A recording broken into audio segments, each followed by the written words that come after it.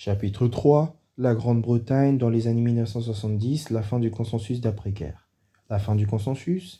Les années 1970 marquèrent une décennie charnière dans l'histoire britannique, symbolisant l'effondrement du consensus d'après-guerre qui dominait la politique et l'économie depuis 1945. Fondé sur des politiques keynésiennes, le plein emploi et un État-providence fort, ce consensus s'effondra sous la pression des crises économiques, des conflits sociaux et de la polarisation politique. Le mandat d'Edward Heath, 1970-1974. Edward Heath ouvre la décennie en remportant les élections générales de 1970 à la tête du Parti conservateur. Son gouvernement se démarque du consensus traditionnel en adoptant une approche inspirée du New Right, axée sur le libre marché et la réduction des dépenses publiques, et la limitation du pouvoir des syndicats. Ce tournant influencé par le groupe de Selden amorce une transition vers des politiques monétaristes.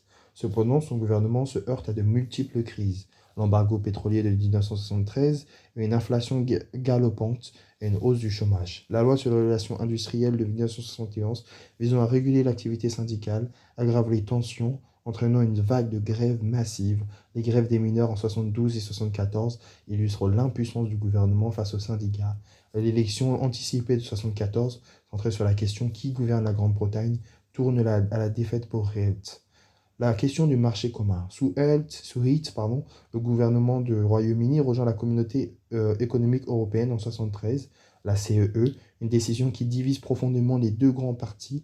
La négociation est complexe, notamment sur les politiques agricoles et halieutiques. L'adhésion est approuvée par un vote parlementaire serré, ce qui reflète davantage une nécessité économique qu'un véritable enthousiasme national. Cette décision suscite des débats durables sur la souveraineté britannique et son rôle en Europe. Le rôle du Parti travailliste. Le retour du Parti travailliste, pardon.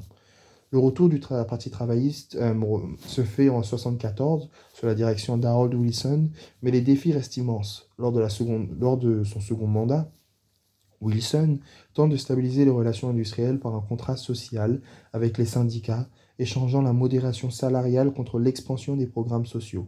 Cependant, l'inflation atteint 24% en 1975, sapant ses efforts. Le gouvernement nationalise plusieurs industries clés, comme l'aéronautique, la construction navale, mais échoue à redresser l'économie.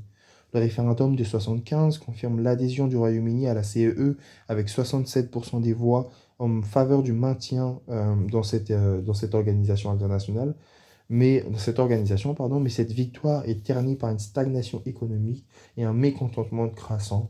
Wilson démissionne en 1976, laissant place à James Gallagher gérer une situation de plus en plus instable. Démission de Wilson en 1976 alors. Les années 70 voient une explosion des conflits sociaux. Les grèves paralysent des secteurs clés, des mines au transport, reflétant une profonde insatisfaction face aux politiques salariales et économiques du gouvernement. L'hiver du mécontentement de 1968 à 1969, Winter of Discontent, il me semble, symbolise ce chaos avec des grèves massives dans le secteur public, perturbant les services essentiels et provoquant une indignation publique. Cette période achève de discréditer le gouvernement travailliste et expose les limites de consensus politique. Déclin économique et polarisation politique. L'économie britannique est en crise durant toute la décennie. Inflation élevée, croissance stagnante et chute du livre sterling. Le recours du prêt du FMI en 1975 symbolise l'humiliation économique du pays. Sur le plan politique, la polarisation s'accentue. Les conservateurs, sous Margaret Thatcher à partir de 1975, s'orientent vers le néolibéralisme en rejetant le conservatisme paternaliste traditionnel. Pendant ce temps, le Parti travailliste est déchiré par la résurgence de son aile gauche, exacerbant ses divisions internes. Un vide politique au centre. La polarisation des deux grands partis laisse un vide au centre de l'échiquier politique. Les libéraux, malgré quelques gains, peinent à combler cet espace, restant limité par les faibles représentations parlementaires. Ce manque de force modérée renforce le sentiment d'instabilité politique. Violence sociale et tensions croissantes. Les années 70 sont également marquées par une montée des tensions sociales et de la violence. En Irlande du Nord, le conflit de troubles s'intensifie avec des événements comme le Bloody Sunday en 1972, exacerbant les divisions. L'immigration devient un sujet controversé, alimentant la montée de groupes d'extrême droite et les tensions raciales.